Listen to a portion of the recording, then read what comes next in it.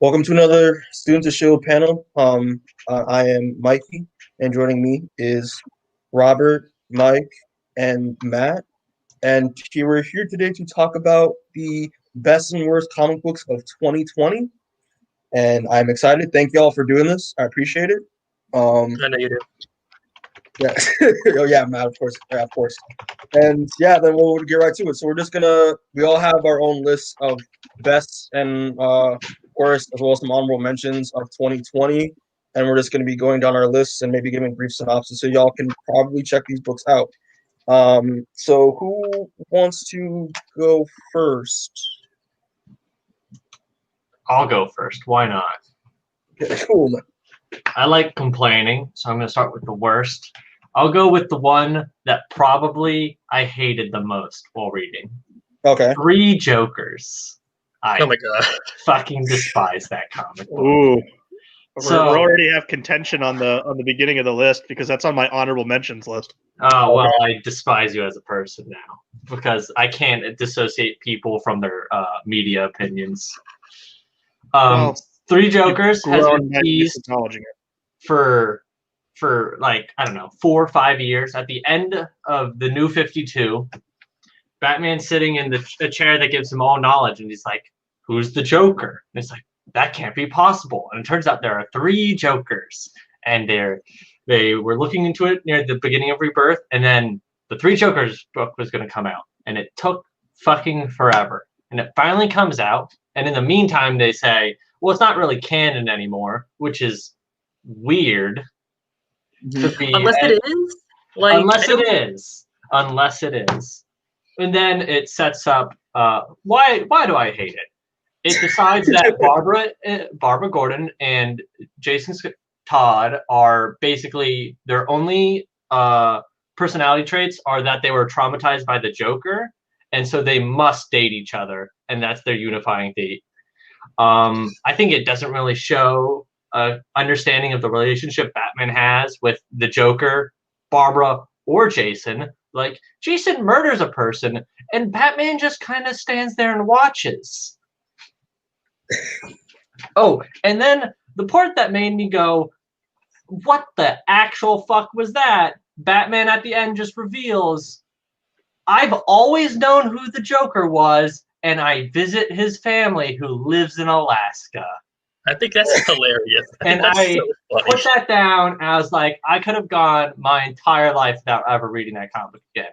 Oh, and there wasn't 3 Jokers. He just pulled the original Joker, just turned 2 other people into Jokers, which I guess there are 3 Jokers, but still, it was a waste of my time, and just was, I don't know. So it was not a good representation of Batman or the Joker or the Bat family, and Jeff Johns sucks at writing Batman.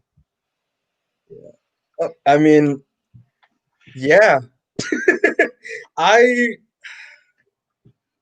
Yeah, that was a book that happened. I'm not particularly invested in, I don't know, the sanctity of Batman or the Joker or really any of these characters myself. It's just not. It's not really my bag. So this wasn't a book that I was all that invested in. In that respect, I thought it was a fine ride. I thought it was an enjoyable read, and I think the ending with Joker's secret family and witness protection is legitimately hilarious. But but imagine if it was something with like if it was Spider-Man, you'd hate it. Oh, I'd be upset. Yeah. Oh, I love the idea of Batman peering into his family's window on Thanksgiving or whatever. Like, oh, okay, you're still there. Okay. So many things. Batman has always been like, I don't know who the Joker is. I've done all this stuff. The Joker. And there's like, I've known who the Joker was the entire time. I never told anyone. And well, I mean, I think that kind of makes sense. He's the world's greatest detective. Why wouldn't he know? Because I don't want to hate to interject, and I really don't want to make this a podcast about disagreeing with people's opinions, but if you were to read it on beyond a surface level, you'd get that he knows because the whole point is it doesn't matter who he is anyway. Right. He just saved that family, and then he saved them from evil. But I'm not going to disagree where like the series doesn't really do a great job in other aspects. I like that ending. And at least at the end of the day, I got some pretty fun Jason Fabok art. Like it's not on my top 10, but it was better than I thought it was going to be. And in a year where Batman and Joker dominates DC's output, and if you have to choose a Joker story from this year, I would choose that one over some others. God, what else was there was Joker War, which I didn't dislike. Well, it was very forgettable. It was just like Joker blows up, destroys the city, and then Wait, so that's your other one? Is the whole no. Joker I'm just that's like another Joker story. Other things I disliked, Nightwing this year. Fuck that. Interesting. Good. I was like, you know what I want to read? I want to read Nightwing. He's like the happy. He swings around. He's kind of like Spider-Man, but in DC. What if we shot him in the brain and made him a miserable fucker? And then what if we name? Yeah, and changed his name from Dick to Rick. Well, it can't be Dick. People laugh at the word Dick. So they will call him Rick Grayson. And the entire Bat family, they complain a bit, and they kind of just let him go do his own thing and just let him have his amnesia. Oh, and then he gets turned into a Talon, and then the Joker brainwashes him with a magic amulet. That was all just in 2020? That feels like such a long time Wow, ago. yeah, I felt Rick like a while ago. started really before 2020, but 2020. yeah. Okay. Okay. But the Talon and Joker brainwashing was 2020. Bizarre. Other things, I don't like the new Thor. It's Donny Cates, I think. It starts with this thing. It's like the Black Winter. Interesting. Black Winter's coming, and it's this giant menace from like outside of time. And Galactus needs to turn Thor into his herald to beat it, and then Thor has to deal with the fact that Galactus has to eat these certain planets to gain enough power, and Thor ends up even like fighting Beta Ray Bill, and it's awesome. And Black Winter comes, and Black Winter's like, I'm not here for you, I'm here for Galactus. Galactus was my herald. And then Thor like beats the shit out of Galactus out of nowhere, and the Black Winter leaves in like one issue. I was like, what the fuck was that? It's funny because I hear that book. I haven't read it, but I hear that book is really good. So See, I was just like, there was a lot of build up and no it. payoff, in my opinion. The current arc is kind of cool, but that I wrote that before the current arc, and that beginning just made me so. I was like, what the shit was that? If they come back and touch on the Black Winter again and actually resolve it, then yeah, I'll be cool. But I do not like how that happened. I have not read a hell of a lot of Cates' stuff. I think that he has a tendency to be kind of an inconsistent writer. I think sometimes he has these really big ideas that he doesn't know how to follow through with. And when he does, it's spectacular. God Country is amazing. I love that book. But I think a lot of his Marvel work, a lot of what I've read at least, can be kind of hit or miss. I personally don't give a fuck about Cosmic Ghost Rider. I know he's so popular, I don't care. Did he make Cosmic Ghost Rider? Yeah. He wrote that thing. I like that Thanos comic that he appears in. That he first appears in. But I didn't read any of the stuff after that. But yeah.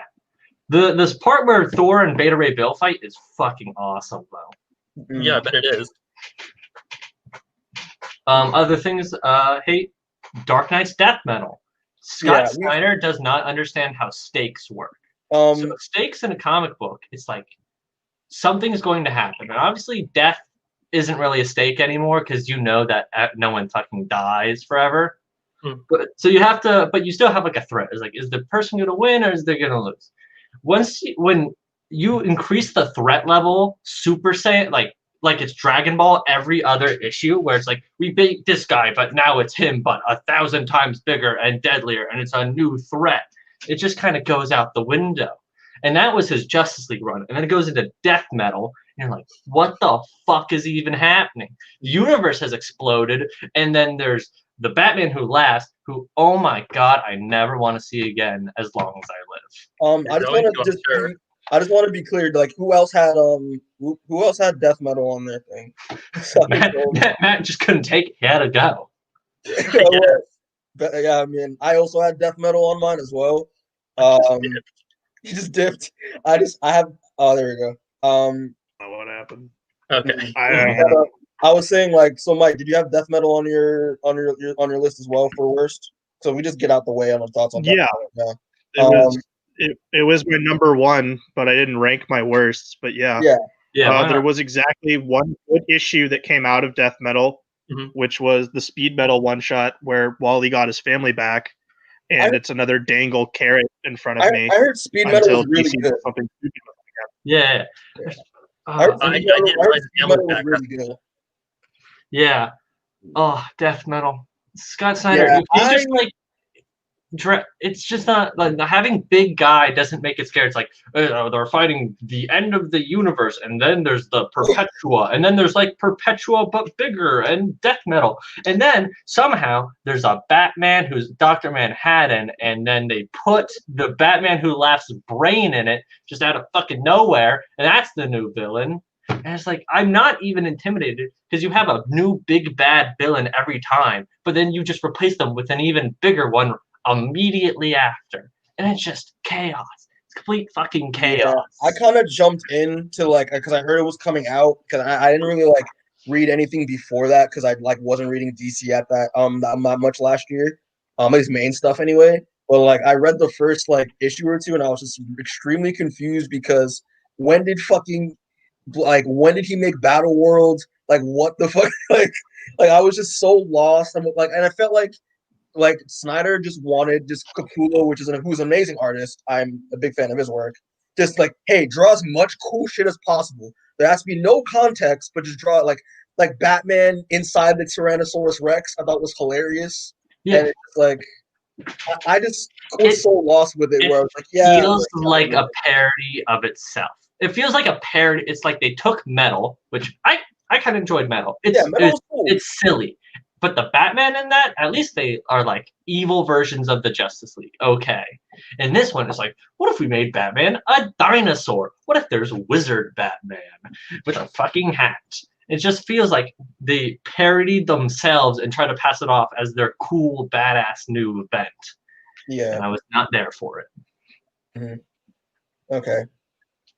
Yeah. And then, Wonder Woman now. That's what we got out of it. Yeah. And then Bendis's Action Comics and Superman. I just could not be bothered to keep reading those. Yeah. I can't wait for him to leave that book.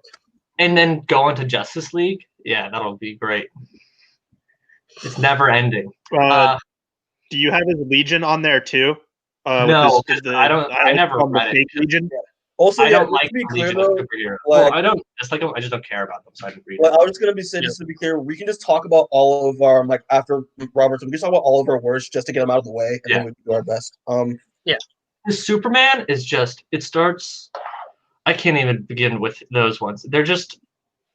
There's like we're revealing Superman's identity, and then it just happens. And it's done with, and they don't ever. I feel like they never even give a good reason for him to reveal it, and then I feel like he never even really suffered consequences from it. The whole thing is things happen, and there's never a consequence from anything. The comic starts with Rogol Zar, the fucking one of the worst villains introduced in this. Well, one of my least favorite villains from the Superman comic kills the city of Kandor, and it just kind of Superman doesn't even fucking blink, basically. Yeah. Well, I mean, I feel like Kandor gets destroyed every other week anyway, so it's not that big a deal. But yeah, it's then not that. Action Comics. I was kind of enjoying Action Comics because it's like there's this weird kind of conspiracy of crime, and then it just takes forever and got tied in with Leviathan, and I just could not keep interest. And I think it probably stopped reading when John Rodema Jr. started doing all the art for a lot of issues, and I was like, I don't like that. No, he could do some good. Sometimes he'll do good art, and a lot of time he'll do art I never want to read. And I think that's all the things I wanted to complain about. Okay. I didn't really read any Superman, so I have no thoughts on that. But I mean, I heard bad things from Bendis' run on Superman. But he is also dead to me forever for aging up John and taking him away from. Yeah, I think I kind of got lost on that when John became a teenager, and I was like, yeah, no. Oh, I guess one thing is John becomes a teenager because I don't know if they deal with this in Legion of Superheroes. So, Mike, you comment on it. He gets kidnapped. They sent him away with his grandfather, who is evil, and they just don't really care. Then he gets sent to Earth 3, which is evil Earth, and is locked in a prison and tortured for years, and that's why he's an adult. And he just comes out and was like, "Yeah, I'm John. I'm fine." I'm like, "You were tortured for 6 years." Do they ever address the fact that that's extremely fucked up? Yeah, that's extremely inconsistent. You don't come out of that and you're just like, yeah, I'm the same person but older. And this. All right. Well, I didn't read a hell of a lot of comics this year. I kind of fell off the I guess comics thing around March and didn't get back on until just a few months ago. So I don't have a whole lot of worst or best comics, honestly. But I can talk about what I have on here real quick. Did any of you read Amazing Spider-Man Daily Bugle? No. I read the first issue. That book got canceled. Good, because it's trash. I bought it because that was a pandemic cancellation. Thank God. That's the best thing COVID has done for us. I've never even heard of it. What? I've never even heard of it. It was billed as a book about Robbie, but it's also kind of about his niece, and it's also kind of about nothing, and it's unbearably bad. So thank God that was canceled. Art's terrible in it. It's not good. It's real ugly. I've also read a little bit of Aaron's Avengers, which I do not like at all. I don't like Jason Aaron's writing in general. I think his writing tends to be kind of clunky, and I think a lot of his characters tend to sound the same. But I read some of his Avengers because Boy Thing's in it, and I love Boy Thing. He's my favorite Avenger. Wait and Boy Thing. We always talk about that. He's great. He's adorable. But Aaron's Avengers is not good. Is he still on the book? I don't know if he is. Mm-hmm. Yes. Their current arc is that they all have Phoenix powers. What? Yeah, I don't know. I don't read it. Yeah, I think that's kind of trash. I had another one, and now I can't remember what it is. So somebody else can go, and maybe I'll think of it. Mike, you can go. I have two. One was one of them that my co-host read. I think I read the first issue, and I pieced out immediately. Was the Dan Slott Iron Man 2020. That was pretty terrible. Yeah. And then I have Empire. Which I think started good. We enjoyed that, and then it quickly just became unbearably bloated and bad. Yeah, I heard it was just it was a story that existed. That's what people mostly describe as a very mundane event.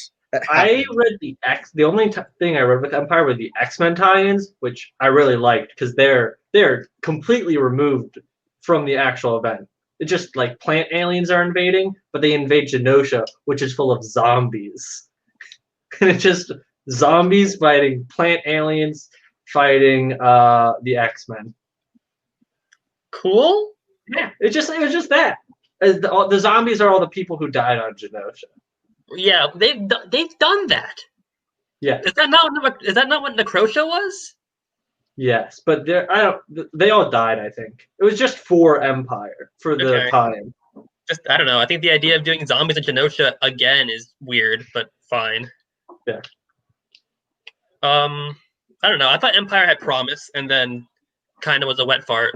I didn't read most of it because I heard the best parts was just with Hulkling and Wiccan. That was basically it. I think it's cool that they got married. That's neat. Yeah, that happened in this book. Yeah, it happened off panel, and then it happened again. Yeah. What's the current state of Wiccan and Speed in comics? Are they the kids of Wanda? Yeah. No. They're still the reincarnated. They're the reincarnated ones. Oh, yeah. I mean, Wiccan, seems to be very big and powerful, and no one really knows what to do with Speed, so he's just there. Nobody's ever known to do with Speed. You snort it. Yes.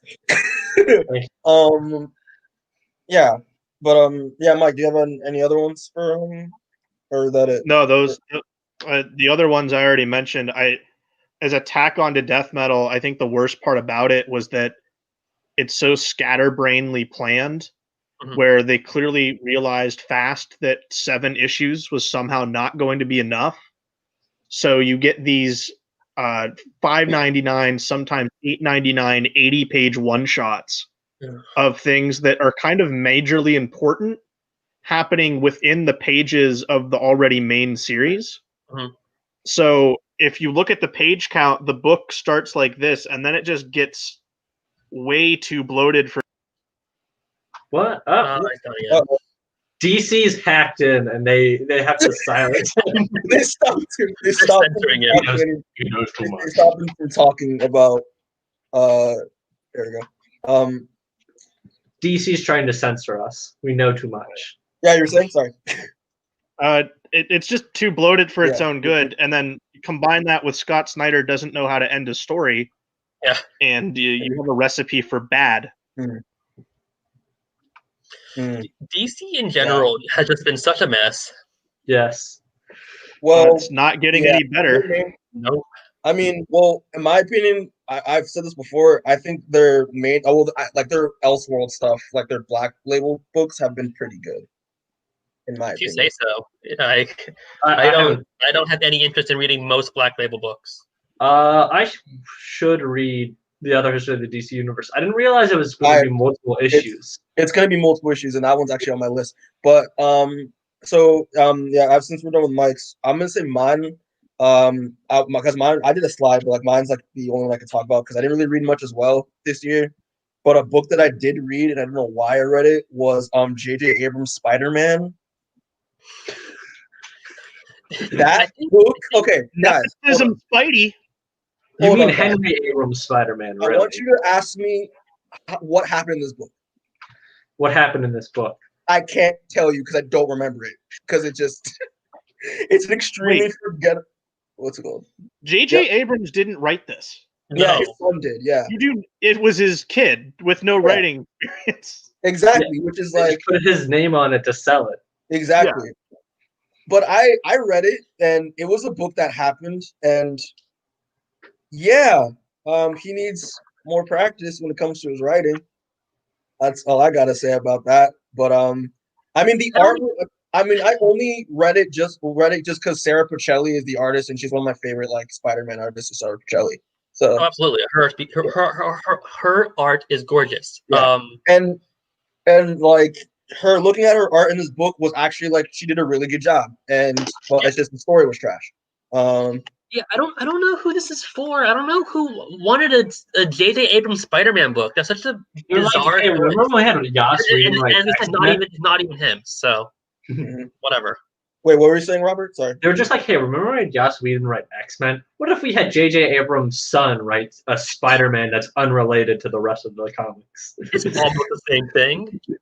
Almost. They just remembered that they once had a film writer do something in their comics. Yeah. Yeah, but this was very forgettable. Stuff happened in it. I know for a fact this entire book was like structurally just a mess, and which is the reason why I think I like mentally suppressed it because it was that bad. Yeah, it was a book that existed. Great art though. I mean, that's the only thing going for it, and yeah, that's basically it. Another book I'd say that just popped in my head. I would say is the. It's not that bad. It's bad, but like it got a good start, but went bad later on. I think me and Mike talked about it before. Was Young Justice, Bendis' Young Justice. It had a great start, and then it just kind of just went because like the whole start of the book was just like, oh, dude, Young Justice is back, let's go, like they got Connor Kent's back, Tim Drake's Robin, Impulse, so the main big three, Cassie as Wonder Girl, and they added other Robin characters. for about 5 minutes. Yeah, Robin for about 5 minutes, and then they added what's her name? Ginny Hex. I thought was a cool character. Who's a descendant of Jonah Hex. I thought she was really fun. And then I read all the way up to when they also went to Earth 3 and met their doppelgangers. I don't know. Now I'm thinking about it, like, why is Bendis obsessed with Earth 3? Yeah, and that's odd. and then after that they made Tim Drake a duck, and I was like, yeah, no, I'm off this book. They're like, Tim Drake is the deadliest bird on our planet. They could have even just gone with Drake's are type of dragon, and they went with the fucking duck. Yeah. He wore a shit brown costume, and honestly, like, I'm sick and tired of DC doing my boy dirty. But it is what it is, I guess. And yeah, I mean, they later on down the line they had an arc where I guess like they had a ginormous Young Justice team, and they brought like Arrowette back, which I thought was pretty cool. And like they had like Aqualad and like Sideways show up, and yeah. It had a great start, but then just became a disappointment. And I was I would say that was like the only other like bad book I'd say that I'd read other than Spider-Man and Death Metal. Okay. But yeah, so we want to get to our obviously the books that we actually care about. So we'll do the best of 2020. And so who wants to go first? We can just do the same order. Same order? Yeah. All right, so yeah, Robert, you got it. Okay, yes. I'll start with what is probably my favorite comic of 2020, Immortal Hulk. Hell yeah. What if we took the Hulk and made him a weird horror comic with grotesqueness, and it's just amazing. As amazing art, as a cool concept, as a great story. I'm interested in everything that actually happens in it. And I don't actually give a shit about the Hulk normally, and it got me interested. And I don't. Oh, sorry. Go ahead. No, you got it. No, it's like I don't really know. Like he has all the like different personalities and stuff, and I actually understand it without having background knowledge on any of that, really, which I think also went well. Like I hear nothing but great things about that book. Yeah. I have been raving about it since it started, and I'm sure there are multiple videos on this channel with me saying what I'm going to say now. It's incredible. It's consistently the best book Marvel's putting out. It has been since the first issue, and I'm sure it will be until it ends. Yeah, and so I actually have the 2020 issues are number 30 onwards, which is like the Zenmu arc, which is amazing. They bring back the first Hulk ever, Zenmu, and who is just a weird big robot yeti, basically, and he's mind warping the entire world, and then he's body horror to an extreme with everything he does. The bull centaur guy getting turned into I don't even know what to call it. That was probably one of my best moments. And then the leader reveal is also just I love the leadership. That's really actually great. Coming to think of it now, I did read a couple issues and I'm like, oh shit, Sasquatch is in this. That's cool. Yeah, Sasquatch is in it. I guess he is a little bit. He's in it more early on. Yeah. And we only have 8 more issues, sadly. But I'm glad that it has a plan, defined arc and story, which a lot of comics could use. Yeah, and I also heard that they do something with like the one below all, and I was like, that's really cool. Yeah, it's like the entire story is based around it. Yeah, because I think that's a cool concept. Because there's a one above and should be a one below, right? Makes sense. I think that if you had talked to me like 3 or 4 years ago and said, "Hey, there's going to be this Hulk book, and the villain's going to be the one below all," I'd say that sounds dumb as hell. Because it does. Although I actually like it a lot. So because just everything with Gamma, and then daddy issues. Just so many daddy issues. I mean, that's Bruce. Yeah. And the other ones, I really liked X-Men a lot. My thing with X-Men is I won't say go out and read X-Men because, and this is kind of a thing with the X line as a whole, is that X-Men is kind of just like, we're going to start off this story, and you could just read it here, you read it here, and I start a lot of things that only get paid off much later. So it has lots of cool stuff, but the art is amazing. I love the art in it. It has a lot of badass moments. He's gone. Where does Batman. Where But does it go? it's like it's not as good if you just read it on its own.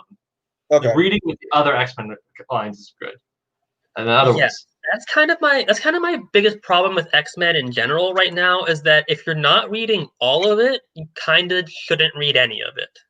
Yeah, Except for That's ours. not a problem because I only was reading one thing, which was Excalibur, and like that was basically it. that was dropped Excalibur the super early. only X one I didn't read. Mm. I read the first like 2 issues. I did I not only like read it. it for 2 reasons. I like Apocalypse, and I love Gambit, and like that was it. So like, but I did want to also read I think I also got Marauders as well, just because of Bishop, because I'm a huge Marauders works well on its own. Yes. New Mutants, I can't remember the name for it. And right now, Cable's kind of fun. I hear New Mutants is really good, actually. I should probably get on that. Yeah. Is it Baby Cable? It's Baby Cable. Okay. But I think it's gonna.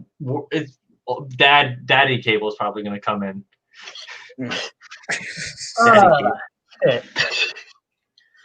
Also, if you I have an interesting X-Men books where I completely skipped out on X of Swords and jumped back into the books I was reading and missed absolutely nothing.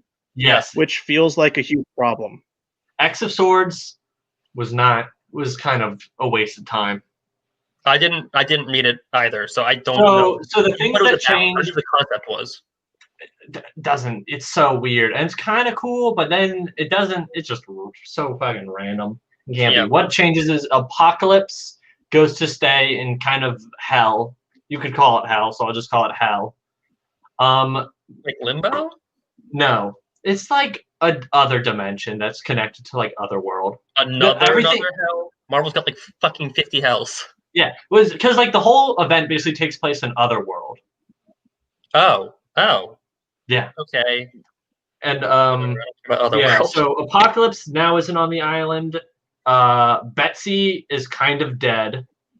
The Captain Britain Corps is back, but they're all Betsy's because she's Captain Britain. And there's another Krakoa's twin island, Arakoa, is like reunited with it, and I thought that was even before X of Swords. Wasn't that in X-Men? Like the no. You see, like part of it is there, but like the rest of it isn't. Okay. Wasted time. It has like fun moments, but it wasn't. It was nowhere near as important as you would expect. Sure. Yeah, and then my final best thing from Marvel, Daredevil. It's awesome art, just consistently interesting, and for what is kind of a very ridiculous premise of Daredevil getting tried and going to prison, it kind of went well.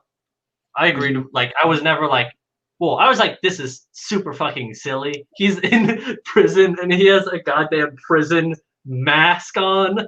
Which is just the most random. I will chime in as well, just so that I don't have to mention it on my list because it's on my like top as well. I've talked with Mike about this a lot. Where like I've literally said it's the best Daredevil I've read in a while, and it's so good. The art is fantastic. I mean, because I know it's a swap between Chichetto and I forget who's the other one, but they're both really good artists. Dude, it's just like. I mean, like the basic concept is just like the beginning of the arc is like Matt, like after getting the crap out of him by beating the crap out of him by Muse, is recovering from that and isn't in top fighting shape yet. So he decides, being an arrogant asshole, he goes out anyway and ends up accidentally killing somebody. He kills a guy. Yeah, and it's just like, and it just like spills out from there. And like the whole idea is that like he doesn't want to be Daredevil anymore because he broke his one rule, but like he knows deep down that he inevitably can't do that. And it's like, it's really dope. And he decides he has to, face the consequences. It's the consequences. It ends with a pretty what I think will maybe pretty cool, though I don't think it'll last all too long. That while Matt's in prison, Daredevil's in prison, Elektra is covering as Daredevil. Her costume looks really sick. It's really, Her it's very, costume nit- was I mean, it's awesome. very hand. It's very hand. It's very. So. Sought after big money book on eBay now. Oh, for real? Is it really? I believe it. Yeah, But that book shot up in price. But yeah, and like that, especially like the first trade, which I own, the fun, my favorite moment is just his interaction with the Punisher being just like, finally, bro, you did Yes. it. Fuck the Punisher. It is hilarious, and I think it was a great moment. Yeah, this is all before tournament. But yeah, the Punisher stuff and the Spider-Man stuff, amazing. Yeah, as well as the whole like assault on Hell's Kitchen that happens later, I think is Yes. amazing. And I love the Kingpin subplot where Kingpin's, he's a crime lord, but how does it go when he deals with people who trade in like countries and billions of dollars and are just like clinically The evil? Kingpin has to deal with people that are more powerful than him, and he's inevitably afraid of them. And it's like the Kingpin's afraid of something. It's really interesting. Mm-hmm. I I kind of missed out on jumping on the Daredevil train when it first started, and so I've only read a couple of issues. I read the first one with Spider-Man in it. Actually, that might be the only one I've read, and I'm planning on reading all of it at once at some point because everyone raves about it. So yeah, I think that's moving up on my list. Mike, do you want to say anything, by the way? Since it's probably it's probably on your list as well. I mean, he's the biggest Daredevil my fan. number two so. on my list. It's not my number one, but it's my number one Marvel book. I have a Mortal Hulk at like my 5. Okay. Yeah, it's a phenomenal book, and I literally said it's the best I've read in a while, in a long while. So it's the only really Marvel book I'm actually reading right now. So yeah.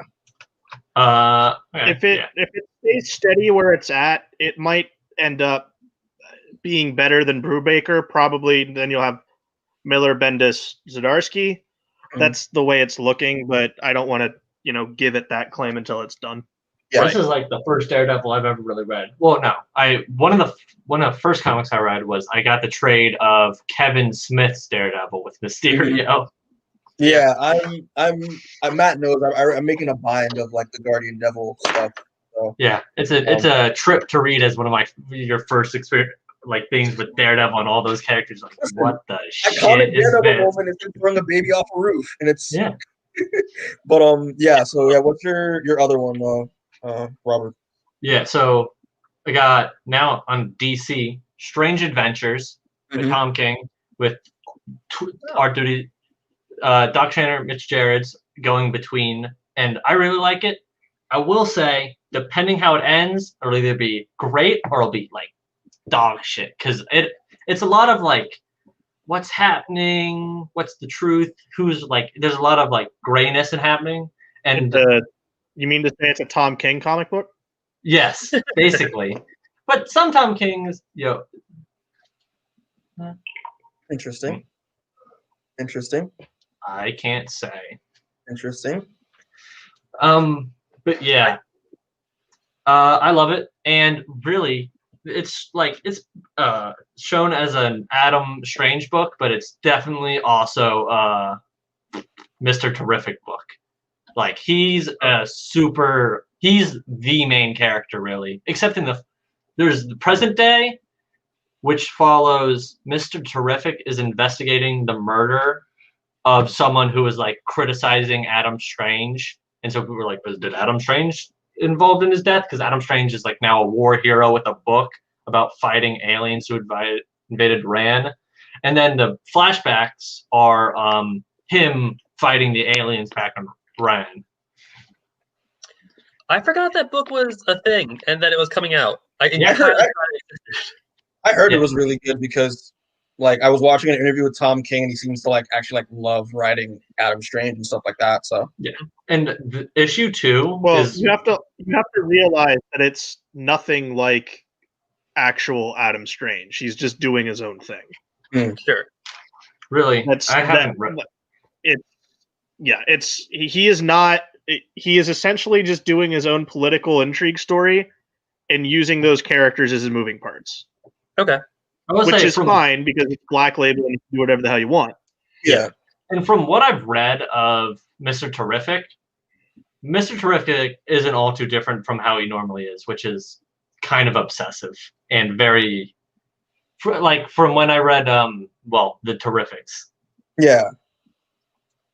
But yeah, and also this Adam Strange is definitely like everything went pretty fucking horrible in his life. But he's got PTSD because it's a Tom King comic book. Yep. And then issue 2 of Strange Adventures, probably my favorite issue of the year. Or it's at least the one that like can just go back and read it. I'm like, I fucking love it. And it's mainly a Mr. Terrific issue. Gotcha. Yeah. Is that the one where they go to space? No, it's the one where he's getting asked questions by the robot, by one of his T-spheres. Okay. Coming to think of it now, so I might check it out because I really do like Mr. Terrific, and I didn't even know he was in that book. So yeah. And then got 3 more. I'll start with this one. Superman's pal Jimmy Olsen.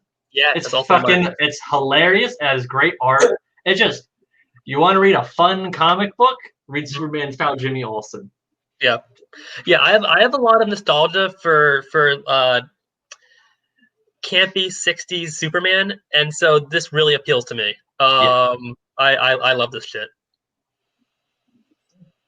I didn't even know that was a book, but dope. Yeah. And even Goofy, and Matt Fraction writes some of the best dialogue in comics. Wait, Matt Fraction writes it? Yeah. I gotta read it. So good. And it's like super goofy, and I still think he like does all the characters justice in it. I think so. A lot of people don't like it, and I understand why. I think it can be exhausting at times, but I don't know. I love it. I think it's super good. Yes. And then these 2, they're not like groundbreaking, but they've been consistently. I want to read this issue, and it's just enjoyable and cool. Justice League Dark and Hawkman. Hawkman, he's like, hey, I'm gonna tackle the fact that Hawkman's continuity is fucking insane people talk. Because there's a bajillion, and he's just like, hey, Hawkman, he reincarnates across time and space. He's every single one of them. And it's kind of dealing with that and the reason behind his like the reason behind why he reincarnates. And the final arc has the motherfucking JSA. Awesome. Oh. The JSA is a mess right now. I have to imagine between Doomsday Clock and Death Metal and this thing, I don't even know what's going on with the JSA. The JSA, well, this, like, they're meeting the JSA, like, in the past when they're, like, in their prime and stuff.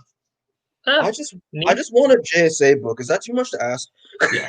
And then Justice League Dark, it's just, well, one thing that always gets me is that I don't know why anyone ever invites Constantine to actually be allowed to even talk to the Justice League, because he's like extremely, like, he does good things, but he's basically a bad guy for all the horrible shit he does. True. But it's a big cast of characters, which I think are still all enjoyable. It's like horror light, kind of like Immortal Hulk, if you want to look at that. And it has like some body horror, but it's cool. It does I think Wonder Woman's really good in it, and it's like her exposure to, she's a god, but she never deals with magic.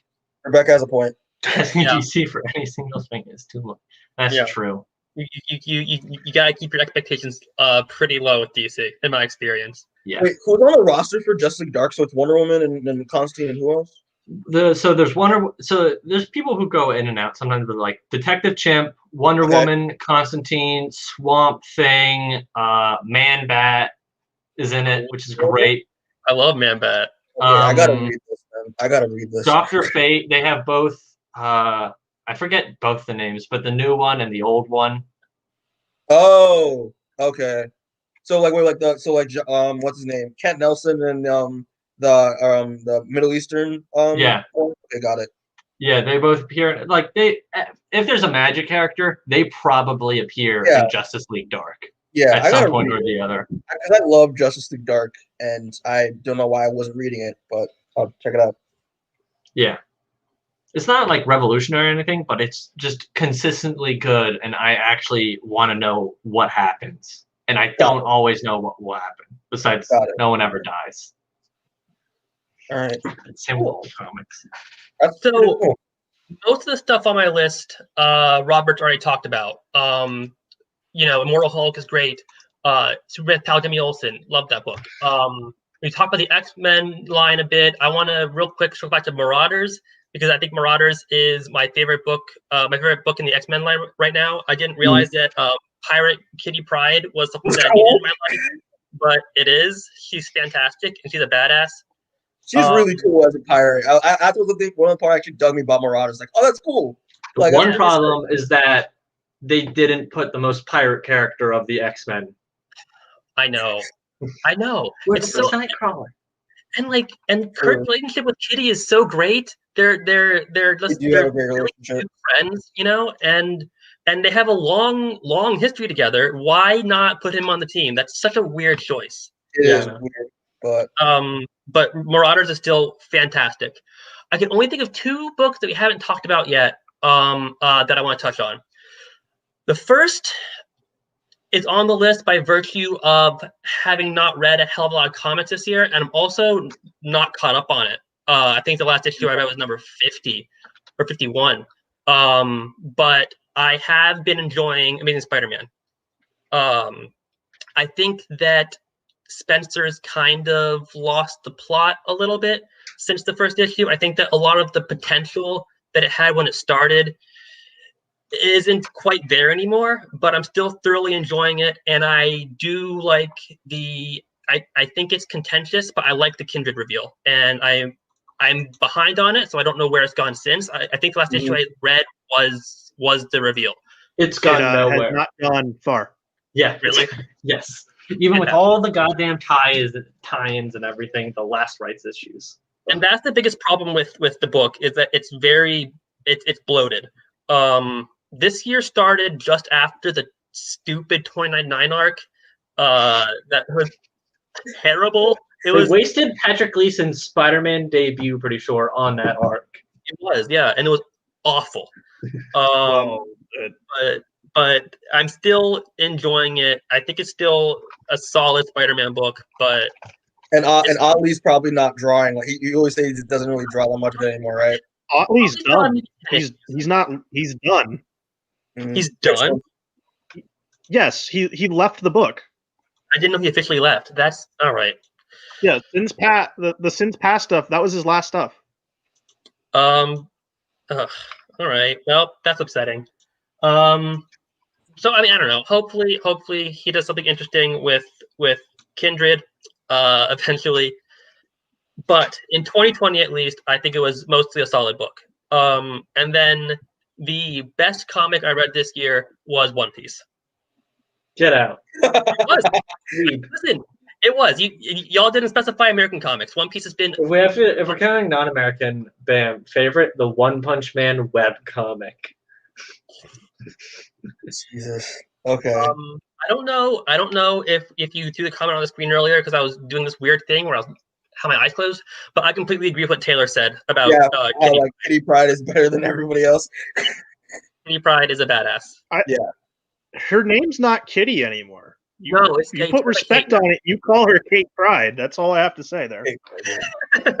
I will say with Marauders, I feel like the whole why can't we resurrect Kate kind of got resolved and just like it was this obviously and she's back.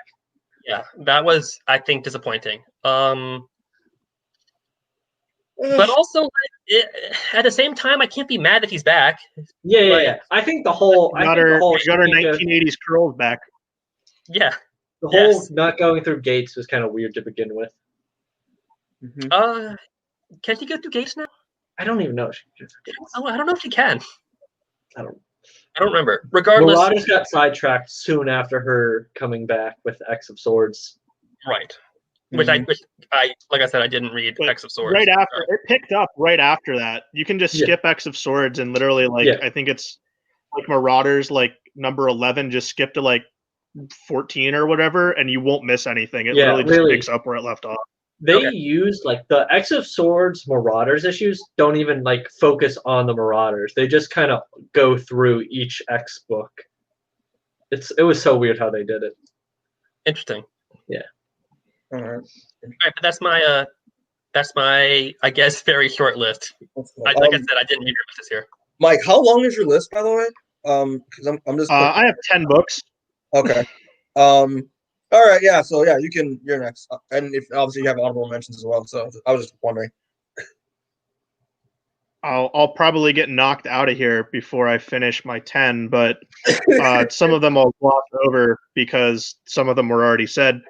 But my number 10 is That Texas Blood. It's an Image series from Chris Condon and Jacob Phillips, who is Sean Phillips' son. It's Sean's first job as an interior artist. He was serving as colorist on his dad's book with Ed Brubaker on Criminal, and this is him doing his first ongoing. And it's just a crime book set in Texas. Chris Condon took his indie movie script that he couldn't sell and turned it into a comic book. And for a debut for both guys, I think it was 6 issues was the first arc. It was good. I think it fell off like 5 to 6. The ending kind of gets muddled, but it looks like there will be more, and it was a pretty good debut for those guys. Okay, cool. And the first trade of that just came out, so I recommend getting it. Number 9, I have Amazing Spider-Man with Nick Spencer and Various, because there isn't a main ongoing artist with that book.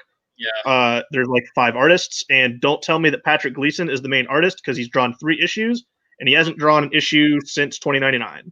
He's drawn covers though. He did one of the most recent issues is him. Pretty sure, or maybe it's the last. For most of Kindred though. Maybe it was the last rights one, but I remember it was like, oh yeah, this is Patrick Gleason. He has not done 2 issues consecutively. I know that. God, I'm sad. Yeah, I was so excited for him too. Yeah, well, the other problem is that book is weekly because it's come out every week, so they need to stop that. Yes, that's unnecessary. And by the way, I like that book. I basically have to defend it every time we cover it. No, I like it. The Kindred stuff, it's all going to depend on how round 2 goes, because they're obviously going to fight again. But I like Nice Norman. That's a nice little, subplot that we'll have to stick with. But enough on Amazing Spider-Man. I got my next book was another Image book, Crossover by Donny Cates and Jeff Shaw. Okay, that's also on my list as well. That book is nuts. Which I feel like I'm cheating by putting it on here because only like 2 issues came out in 2020, but it was one of our favorite books on that show. Yeah. Plot for you guys that haven't read it, basically in a small town in Colorado, think like every Crisis on Infinite Earths type event happened there spontaneously, and every single property of comic books all got sputtered there. So the solution was to put a dome over that town to try to contain it. And this little girl who's like, she's covered in Ben-Day dots because she's from like the comic book realm, comes to these 2 people, and she's like, oh, can you reunite me back with my family? And if you get me to this person, I can save you. And he gives them these 2 people this drawing, and it's a stick figure, but inside it is, well, there's a shield and there's a giant S on it, and you go, oh, okay. How much can Donny Cates get away with here? Because obviously he can't use Superman. Right. I literally was telling Matt about this when we were doing Invincible earlier today. I was like, I'm so shocked that this man has not gotten sued yet. Like, I'm just like, well, like Batman's there. He's like in a prison, but in like shadow because he's in the far left. But like, there's Doctor Who's stuff in there. The crazy part of issue 3, Mike Allred's Madman showed up. So it looks like Donnie has definitely worked out like agreements. Yeah, he's right. He won't get through all of them. Yeah. Crossover is good. I like crossover. It sounds really dope. I think I might have to read it. I don't normally read Image shit. That's not normally my thing. Just to add what Mike said, like, like that event is considered like another like kind of like 9/11 in a way. So like being a comic book fan's like kind of like ostracized and you're kind of low key about it. Yeah. Interesting. And Yeah. it's phenomenal. It's There's really like this cult that's trying to kill him too. Mhm. That's really neat. Like writers get killed, like anyone who works in artists, who works in comics, and he mentions them by name, get murdered either from like religious groups or some other reason. There's a Gundam, like there's a fucking Gundam, like it's so cool. Yeah, But issue yeah, 3 has a Gundam. dude, it's just like it's just a very unique book that like celebrates like just comics and pop culture as a whole, and it's a unique concept. I really dug it. It's only like 3 issues out right now, so yeah. My number 7, Iron Man by Christopher Cantwell and Cafu with Frank Dermata on colors. This is essentially to me the Ed Brubaker run of Captain America, but it is to Iron Man so far. I only mentioned the Brubaker tie because Frank Dermata did the same colors on that book that he is doing now. So they look aesthetically similar, but it's the smartest Iron Man book we've had in a decade. Where Christopher Cantwell, if you don't know who he is, he wrote the Doctor Doom comic, but he was actually the showrunner for AMC's *Halt and Catch Fire*. So he's Coming, The fuck is his router? A potato? I suppose. The gerbil got tired and his computer turned off. This is horrible, by the way. I have to say. Are you like in the middle of nowhere and you have your like radar dish is like falling off? Do people still use dishes? It's 2021. Well, most people don't disconnect every 5 minutes. I mean, I do a show every week and don't disconnect, so clearly something is wrong. I don't know what it is. But... Well, yeah, continue, Mike. Sorry. Yeah, anyway, Iron Man, smartest Iron Man book we've had in over a decade and something I wanted for a long time. 6, DC's Dead Planet, that just wrapped up this week. There's 2 dangling plot threads from it, and I'm sure there will be a 3rd sequel on the way soon. But Tom Taylor, that's the guy that you want to do when he gets to heart and soul of DC characters. Yeah. That's what that book is. Basically, I'll say this. If I had the choice of could Deceased have been a line-wide event or Death Metal, I'll take Deceased 10 times out of 10. Number 5 was Immortal Hulk. We already talked about that. Number 4 is a book I'm no longer going to read because I'm greedy and I want to read all of it when it's done. It is Robert Kirkman and Chris Samnee's Firepower. Oh god. Okay, now I'll talk about that when I do mine, but I love so exactly. I read that opening trade in the first arc and I went, okay, I'm done. I'll get my 3 compendiums when they release in 15 years. Which I talked to you about. I said I respect. I respect it. I mean, listen, if I'm gonna read a Robert Kirkman comic book, I want all of it now. Number 3 on my list was the OGN Pulp by Ed Brubaker and Sean Phillips. It's not quite a Western, but it is. It also deals with a fun era of 1930s New York where you have a guy who was an outlaw in the Old West, but now he's old, so he's kind of, you can play around with the time there, and then he teams up with an old Pinkerton to go fight some Nazis. So go read it. It's arguably our book of the year. We did for Thanksgiving, we did a review of it. Yeah. Number 2 is Chip Zdarsky and Marco Cicchetto's Daredevil. I've already commented on it. I think I saw a comment here that said, is it better than Wade? Yes, it is. Yeah. So don't discredit Wade's run. It's good, but it's just now been overtaken now. That's going to happen over time. Especially, he brought more lightness to Daredevil, but eventually someone had to go back to going dark. That kind of happened with Charles Soule, and I haven't read that. That book's getting an omnibus soon, though, so I'll probably snag it. I will have to read it, because I read the first volume of it, and I thought it was cool. Well, I'm happy the Soul Run is getting an omnibus because it was it never got hardcover collections. It was in 9 hard-to-find trades now. Yeah, I actually have a page from like a scanned page from the first issue of that of his run when I met Ron Garney at Comic-Con. Oh, okay. I forgot Ron Garney did the art on that, so I'll probably his art is fantastic on that book. It's so good. Yeah. All right, my number 1, and I'm kind of upset that two people don't have this book on their list because I definitively believe this was the best book of the year. Superman Smashes the Klan by Gene Luen Oh Yang my and Gary God, Hero. Oh shit! I just didn't read it. I forgot that was this year. Now, to be fair, I feel like I cheated because it was 3 issues, but they were like thick paperback sized issues. But I just got the trade, so I'm cheating. Obviously, the last issue came out in 2020, and then the trade paperback collection, and it's all one story. So just get the trade. DC needs to work out on that YA release line. It should have just come out all in one thing. But yeah, that's the best book of the year. Just go read it. I forgot about that book. That book. That book's so good. It's I gotta reread it at one point. I gotta reread it at one point because I didn't really get that much. I started it, but I never finished it. But I loved it from what I read. It's incredible. The art is beautiful. It's just it's so good. Which I'll be excited that Gene Luen Yang gets to at least stay with Superman in March because he'll do Batman Superman. Oh, I didn't know he was doing that. Oh. Yeah, he's doing the Future State book, and then he's sticking with the World's Finest with Infinite Frontier in March. I was hoping he was going to get one of the Superman gigs, but it's going to be Philip Kennedy Johnson, they're sticking with Superman in Action being under the same writer. I don't know why they're doing that. I don't know why they're doing it either, but I'll say this, Robert. If you read that Superman Worlds of War, he wrote the main feature in that, and the man understands Superman. So at least that book, in at least my vein, I have hope for in 2021.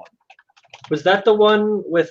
Yeah, I kind of skimmed that one because I just hate. God, I'm forgetting his Janin. I don't like You Janin's don't like art. Mikhail Janin? He's an acquired taste. Yes. He's hate his art. It just weirds me out. I can't get past it. He draws a great Superman though.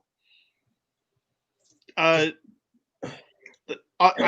guess we're talking about Future State verse real quick. If anyone's interested, go read that story because it's essentially Johnson's thesis on Superman and what he means to everyone. Okay. Because it's the whole world is like because Clark's not there anymore. So everyone can congregate to Smallville when it's kind of become a Superman tourist attraction.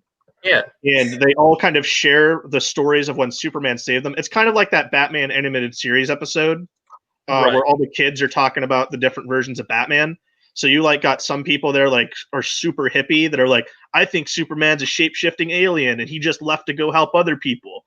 And you even have the guy that's like, Superman's just cool because of his powers. So he has all the voices in there, but then it shows where he's actually at, and he's been captured and he's been put on War World and he's fighting endlessly. He's got no powers left too. So he's got a sword and a shield.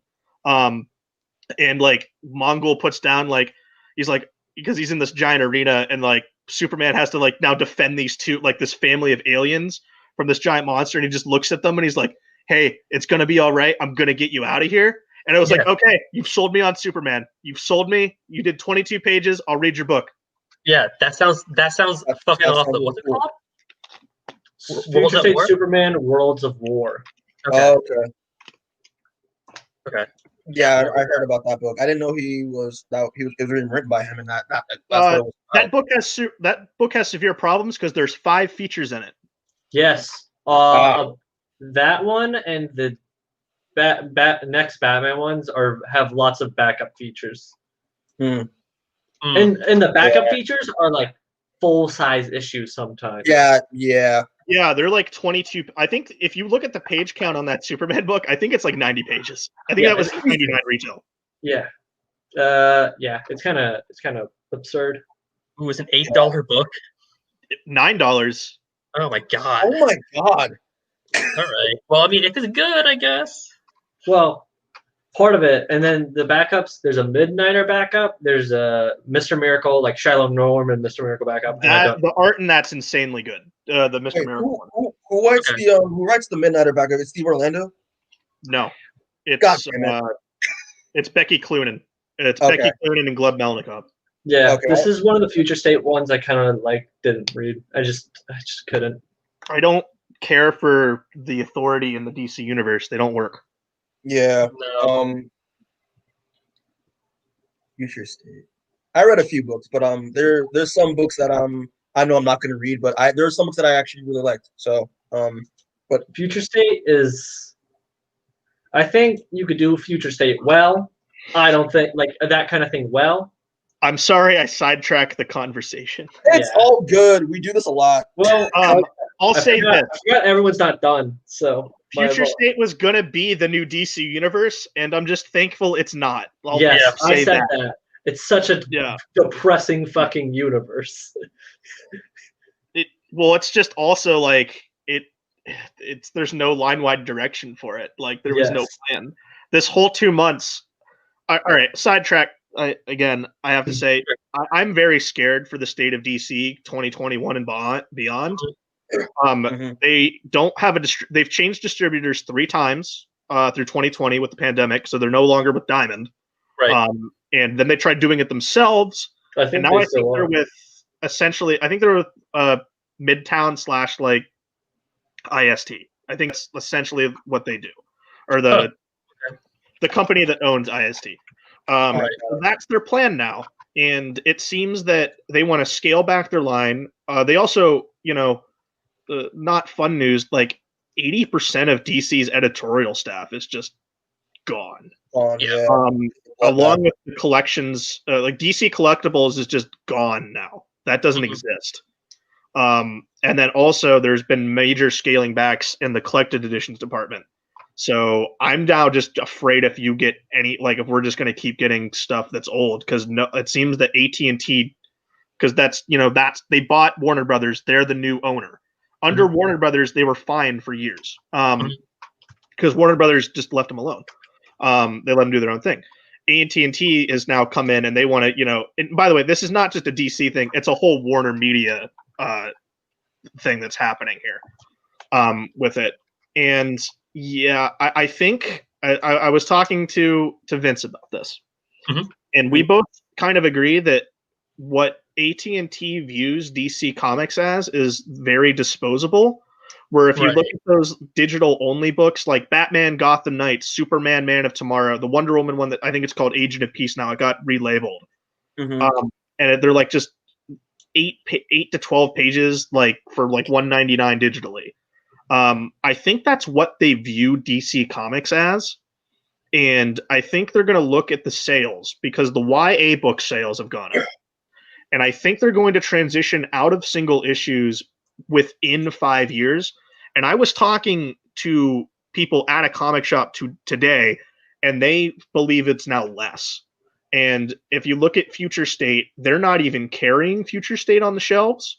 Some books are there. But if you want Future State, you have to order, like it has to be on your order on your pull list. That's the only way they're selling it.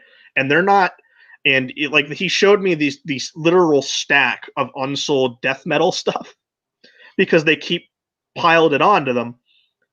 So you look at that, and then you realize that he flat out told me with the sales.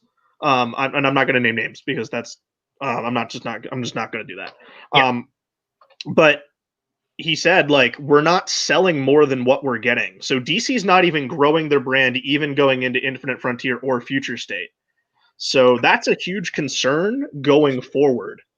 Yeah. And I know there's been a very small handful of books from Future State that I've liked. The big ones being, I think that Yara Flor Wonder Woman by Joelle Jones is like the one that really everyone likes. And enough that CW is going to give her a probably crappy TV show. The show was announced before it even came out. Yeah, before it even came out.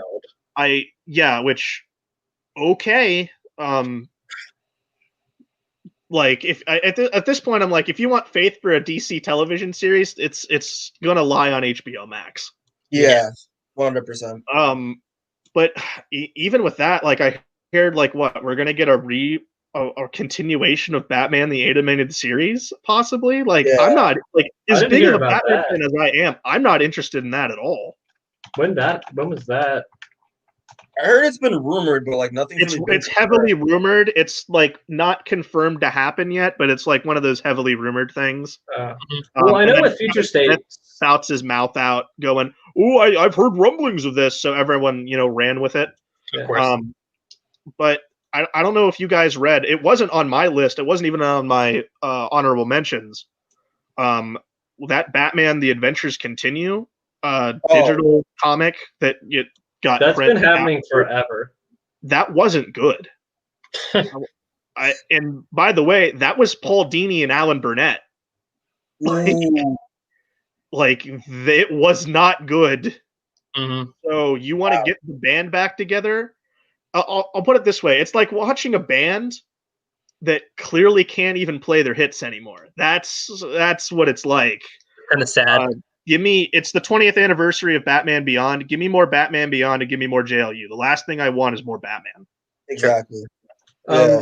With Future State, I know a few of the Future State comics did go back for reprintings. I bet I can tell you which ones they are.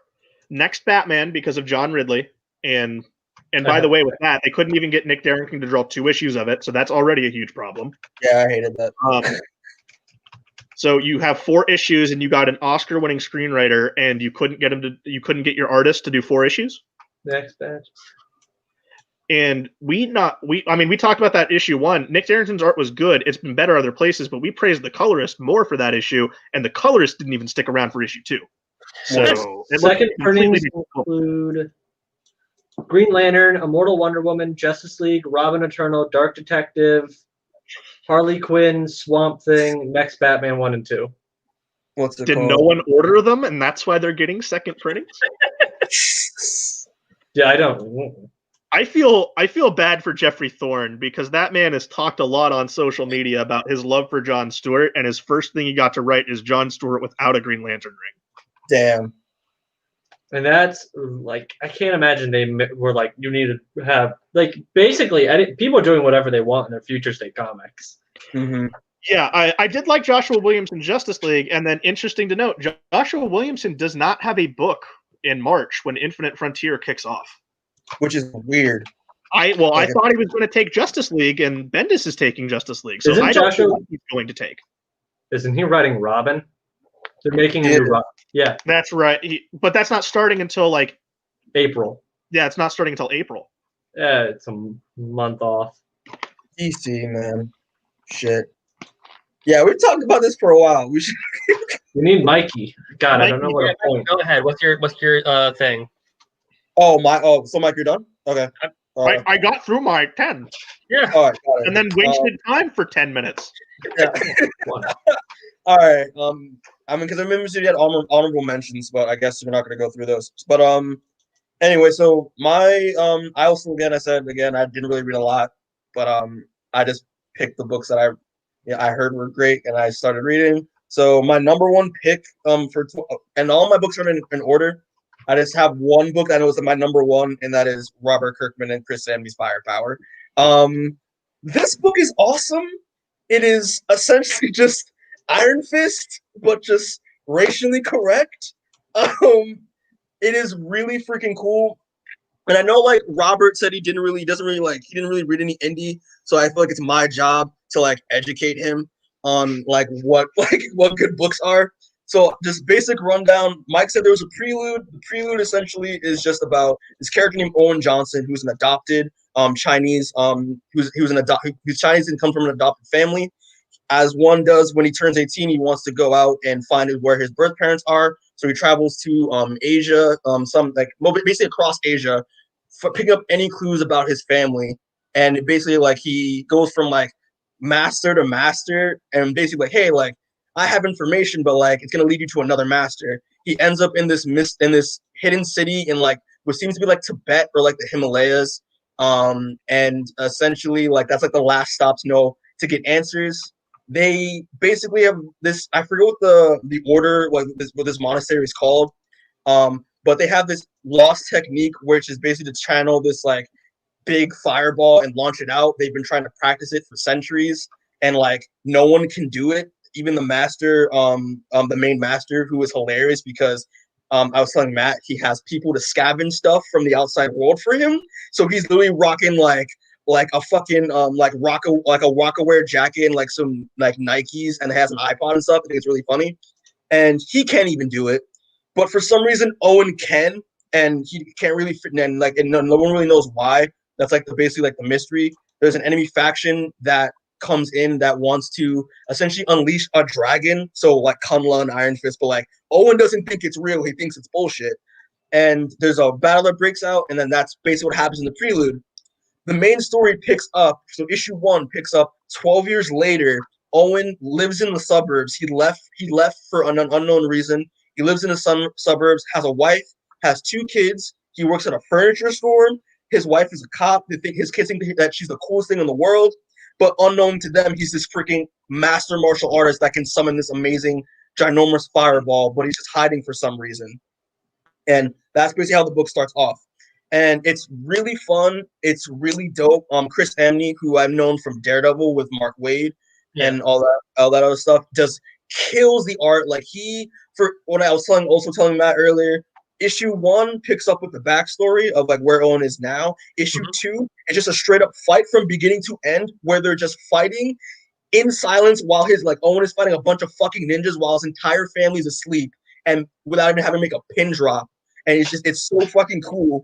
And yeah, it's an amazing book. What Mike says, it's a Kirkman book. It's better to just like read all of it at once. But I'm impatient as fuck, so I'm reading all of it, issue to issue. Sure. But yeah, that's my number 1 pick for this year. My next pick is as what we talked about, Crossover by Donny Cates and Jeff Shaw. Amazing book. If you like pop culture, read this book. It's hilarious. He, as what we said before, it's just Donny Cates stretching. How many times can Donny Cates almost cross the line with how many people he references and names? It's great, awesome art. Yeah, I love it. I read the first issue and I was like, this book is one of my favorite books 2020. And yeah, it's really good. Again, my third pick is Chip Zdarsky and Marco Checchetto's Daredevil. Fantastic. I could literally have a whole podcast talking about this book because it's really good. I'm sure you will at some point. Yeah, but yeah, fantastic, great art, great journey with Matt Murdock and him, realizing that he made a grave mistake and him facing the consequences for it. My other pick for this year is the book Bitter Root by David F. Walker, Chuck Brown, with art by Sanford Green. This book is awesome. I always support this is an Image book.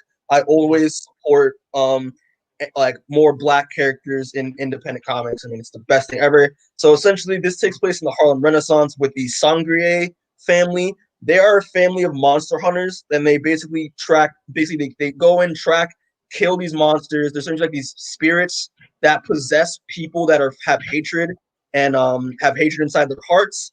And since the Harlem Renaissance, who has the most hatred in their hearts right now? White, angry ass, racist white people. So, so it's a family of monster hunters.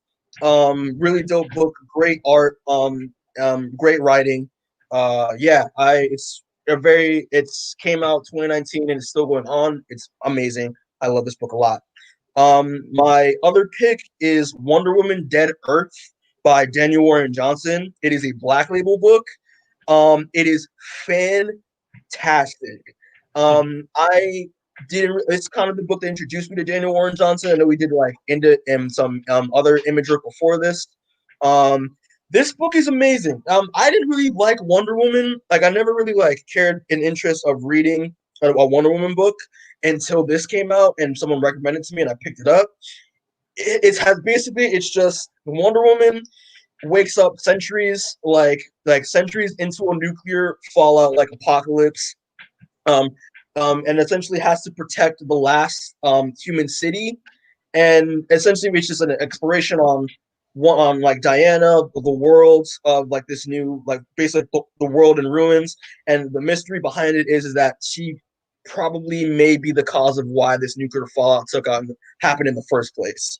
Cool. And it's really dope, really great art.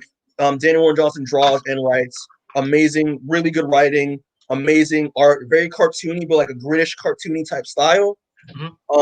But yeah, it's really dope. I love it. I can't wait for him to. I'm gonna definitely check out his Beta Ray Bill book that comes out. I think in March, I believe.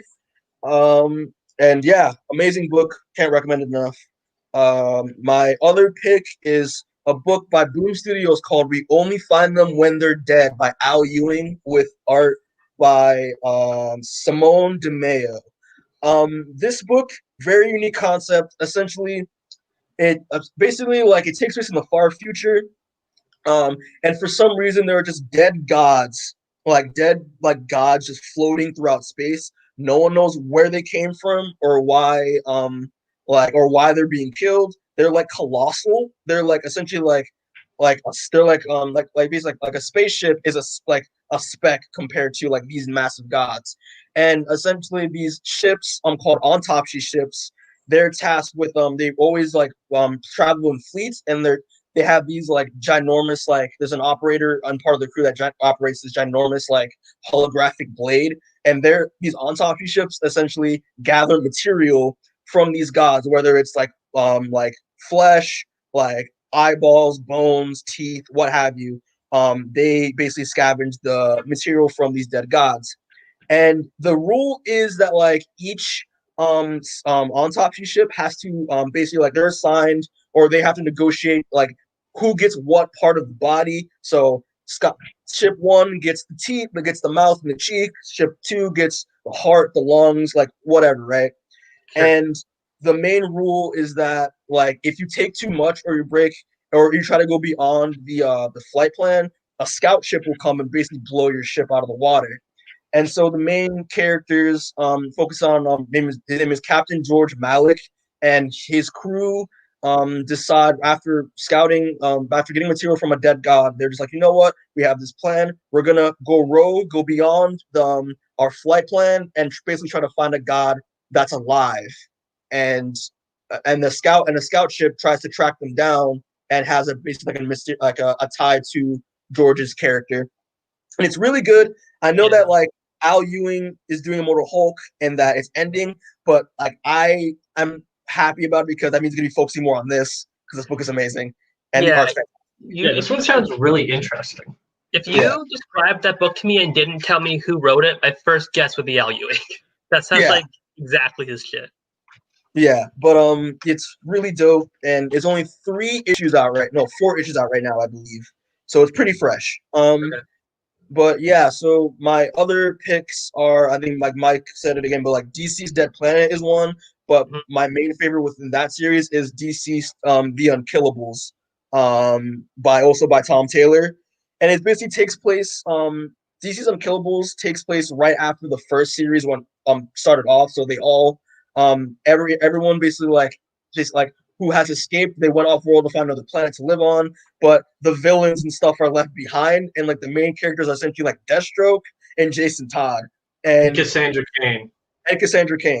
And essentially this is like Deathstroke and with the help of his daughter Ravager, they find a group of villains that are led by Vandal Savage that are like, you know, hey, we want to stay alive, so we should band together. And it's like Vandal Savage, Solomon Grundy, Cheetah, the Creeper, Bane, I think that's cool. And Captain Lady Shiva. Interesting. And Lady Shiva. And it's basically just like, you know, it's a really cool story of just like the people that the characters that were left behind, and it's really fun. Jason has he's really pissed off that like, you know, Damian left him. And it's just like, it's fun. And Alfred's still alive, and Jason teams up with Jim Gordon, Cassandra Cain, and that's basically it. And it's and they have to protect children.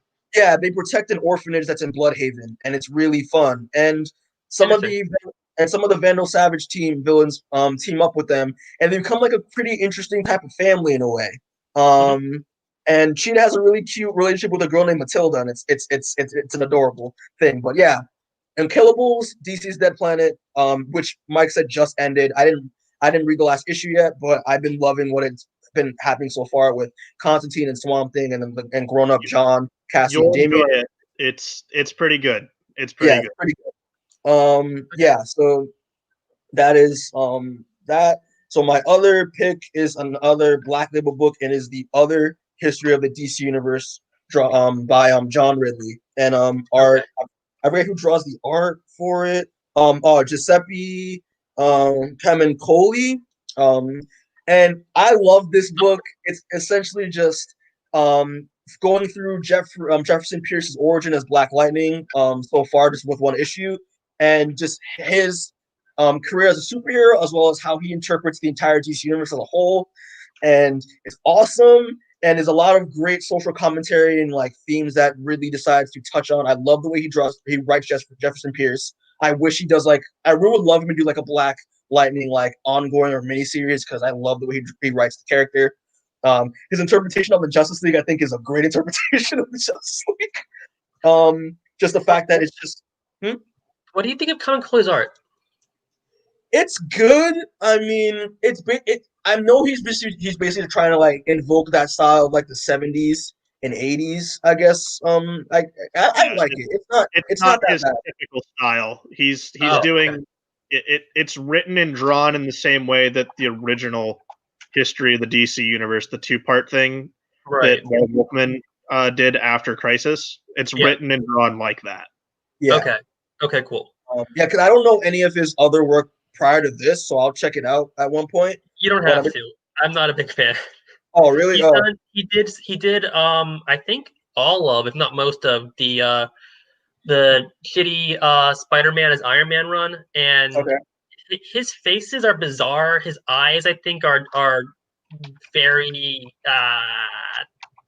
uncanny. It's very uncanny valley. I'm not a huge fan of his art, but if he's not doing his usual style, then that's kind of a non-factor.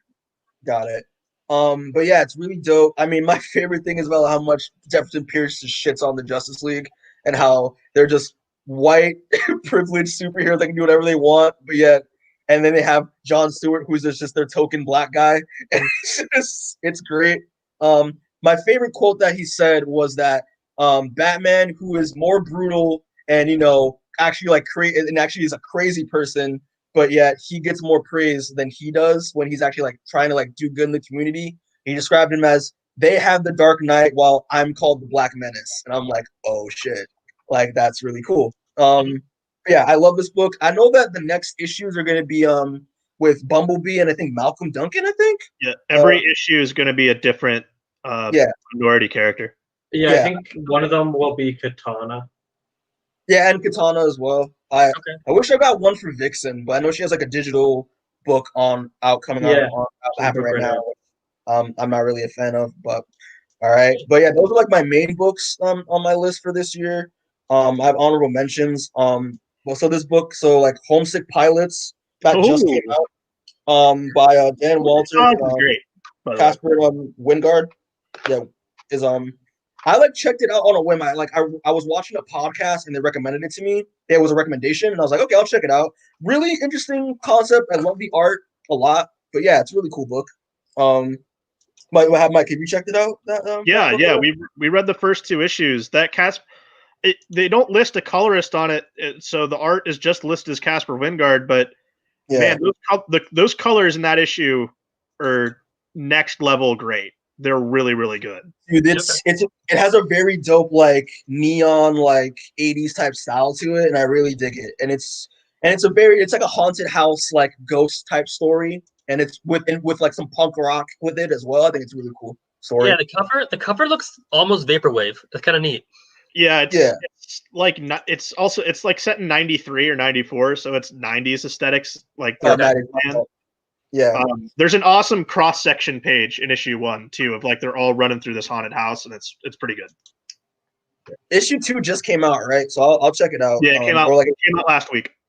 Okay, I'll just have to check it out because my honorable mentions are just books that like these 3 like I barely like because they don't have that many like long runs, but yeah. So that Homesick Pilots is really good. Erratic I think is cool because I'm a big fan of Kyle Andrews just because I love the fact that he like draws, writes, and inks like all his stuff. But basically just about a kid who's it's like a Spider-Man type character that can only use who has like amazing powers, but it can only use them for like 15 minutes at a time. And it's like kind of cool and kind of an funny like concept. I have only read the first issue, but I think it's cool for what it is because I know it's an AWA book, and AWA's I hear is like really good right now when it comes to like comics. You think it's okay? Real hit and miss, buddy. At least in my opinion. I've heard like good things about it, but I mean if it's hit or miss, I mean it's fine. But so there's that. Then there's Taskmaster. by Jed McKay and Alessandro Vitti. Yeah. I just like Taskmaster, so that's why I read this book, and it's kind of fun. Sure. I see Sentry on the cover, so I don't like it, but all right. But I mean, it's just a fun Taskmaster adventure where it's cool. I mean, I'm kind of digging it, but I mean, it is what it is. It's a book that exists, and I kind of like it. My other honorable mentions are Excellence by Brian Thomas and Kari Randolph. It's like my favorite book I've read for the past 2 years. That's still ongoing. It's really dope. It's just a secret order of magicians in New York that are all like African or like African American, and the main character is modeled after Michael B. Jordan, and I think it's funny. Yeah, it's a really good book. Great concept. Great art. As well. My other one is Deadly Class because everyone knows I've been catching up on Deadly Class, and it's still going today. So I guess it counts. It counts.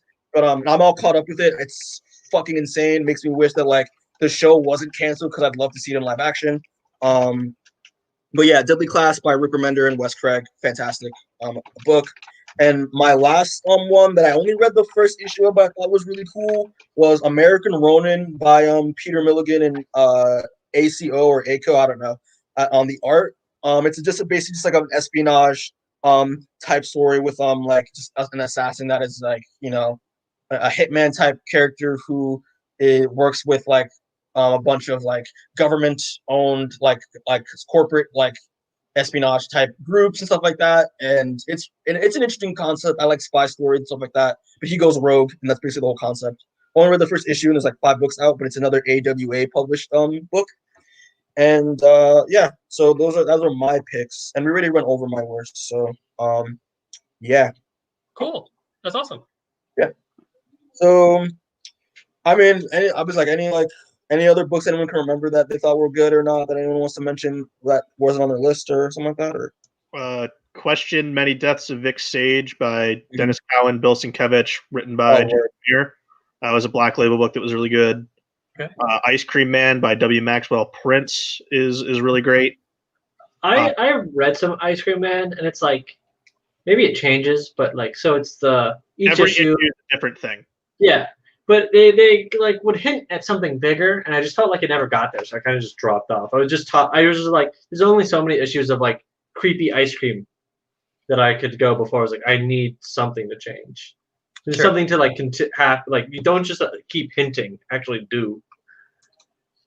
does it ever like grow out of that?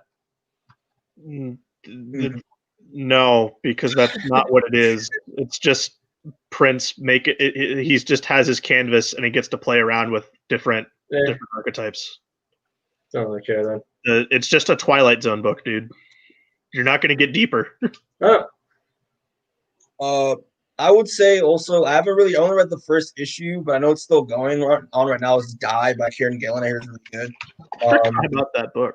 Yeah, just like his like take on like a fantasy like D&D type storyline, and I only read the first issue. I've never read it since, but like it's still going on right now, and I hear it's great. So, yeah. There was a great Ant-Man miniseries this year by Zeb Wells and Dylan Burnett. Oh, okay. Oh yeah, I remember reading about that. It was all right. It was really good. We enjoyed it. I had Venom on my list as honorable mentions. I'm just running through them. Sure. And then I had Detective Comics by Tomasi and then Brad Walker on there. They had a solid run that's ending. That'll be taken over by Marika Tamaki and Dan Mora. And to everyone that likes Dan Mora, you'll be lucky if he gets more than one issue of that book under your belt. I didn't particularly care for Ghostmaker. I don't know if that was part of. That was the very end. Yeah. That one was just like another.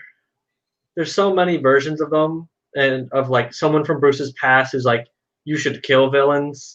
Oh no, that Ghostmaker was Tynan. That wasn't Tomasi. Oh, was it? Yeah, that was Tynan. He was on Detective and oh wait, no, Maybe I'm thinking of. You're thinking of the guy who's the mirror guy. Yeah, I didn't They mind the look very mirror. similar. Yes, it was weird. I don't know why. I got them confused. Mirror, not bad. And Tomasi did what he could to kind of salvage, well, kind of deal with the fact that Damien's been being pushed around and just disgraced by everyone else who's been riding him. Well, that was the thing with his run, is that it came and it went, and he was setting something up for Damien, and then Infinite Frontier happened. So, Word. by the way, he wasn't kicked off the book. They were told it was ending, and they wrapped their shit up. They didn't get it ripped out of their hands like Bendis came in for Superman. Yeah, but like a lot of this stuff with Damien was from Teen Titans, and then they like fronted him off, and Tomasi was like, I have to save my boy. I will say this though, Tomasi does not have a book for March either. I just remembered a book. Shit. But like things like I didn't read it yet, but I've been hearing great things about it. I don't know if like maybe Mike's read it. Once in Future by I know of it. I have not read it though. I know. By Kieran Gillen and Dan Mora. Yeah, I heard it's fantastic, but I haven't read it yet, so I'm gonna read it like probably soon. But all right. I got two more left. They barely scratched 2020 since they like finished their stuff. Mark Russell and Stephen Burns' Wonder Twins. And then Sam Humphries and Joe Quinones is Dial H for Hero. Right. Okay. I heard that was a really fun book. So Dial H for Hero should never end, and I'm waiting for Sam Humphries to actually get another DC book with Joe Quinones. Got it. That was the standout best DC book up until Deceased happened for me. But that, like I said, Dial H was really more of a 2019 book than a 2020 book. Yeah, I could say that for Jimmy Olsen as well. The majority of those issues came out in 2019. Yeah, and then I had Marauders and X-Force from the X-Men stuff on my list. X-Force is just Beast being a terrible person for. He's been a terrible person since 2008. So but it's literally just all about how terrible of a person Beast is. Yeah, it's great. And then I might throw his Wolverine on there because Percy's the same writer for both books. Okay. Yeah, I was reading it. I'm not a big Wolverine guy, but it's like Wolverine fights vampires. There's like two stories running concurrently. They switch off. Interesting. Cool. Yeah. There was a book. I just literally had it in my head. And I just lost my train of thought. But I heard it was good. God, never mind. I literally just forgot it just now. Because I wasn't sure if it counted as a 2020 book. I didn't really know when it ended. But wait, was Curse of the White Knight 2020? Like, did it end in 2020 or no? It ended in 2020. So does it really count as more of a 2019 book? Yeah, bring it up. I would put it as more of a 2019 book, but if you want to throw the Harley book on there, I'll let you do that.